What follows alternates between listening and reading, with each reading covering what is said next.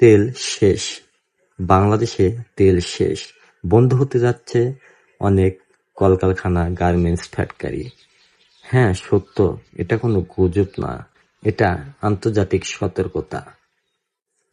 কারণ দেশে তেল নেই জানিয়েছেন দ্য ইন্ডিপেন্ডেন্ট।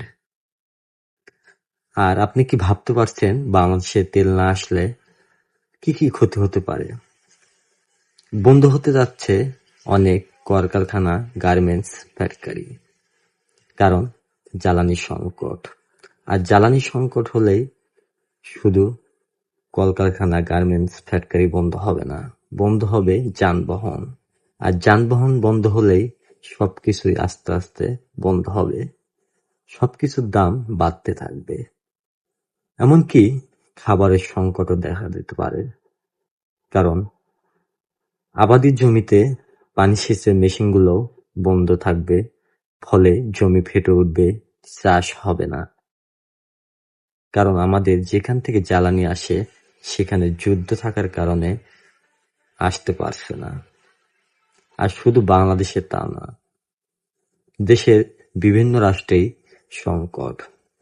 বৈঠক শেষে জানিয়েছেন মন্ত্রণালয়, এটা সরকারি বেসরকারি সকল অফিস 9টা থেকে 4টা চলবে, 6টার পরে কোনো মার্কেট চলবে না।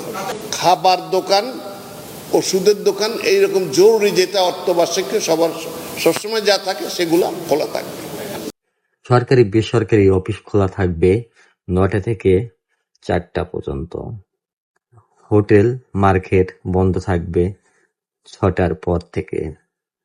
শুধু খোলা থাকবে খাবার, জরুরি ওষুধ এবং হাসপাতাল। এছাড়াও সবকিছুই থাকবে বন্ধ সন্ধ্যা 6টার পর থেকে। ভিডিওটি কেমন লাগলো? যদি ভালো লাগে অবশ্যই লাইক, কমেন্ট, শেয়ার করবেন সবাইকে জানানোর জন্য, এবং সবাই ফলো করবেন। ইউটিউব থেকে দেখলে সাবস্ক্রাইব করবেন। সবাই ভালো থাকবেন, সুস্থ থাকবেন, নিজের প্রতি খেয়াল রাখবেন, অপচয় কমাবেন। সবাইকে ধন্যবাদ।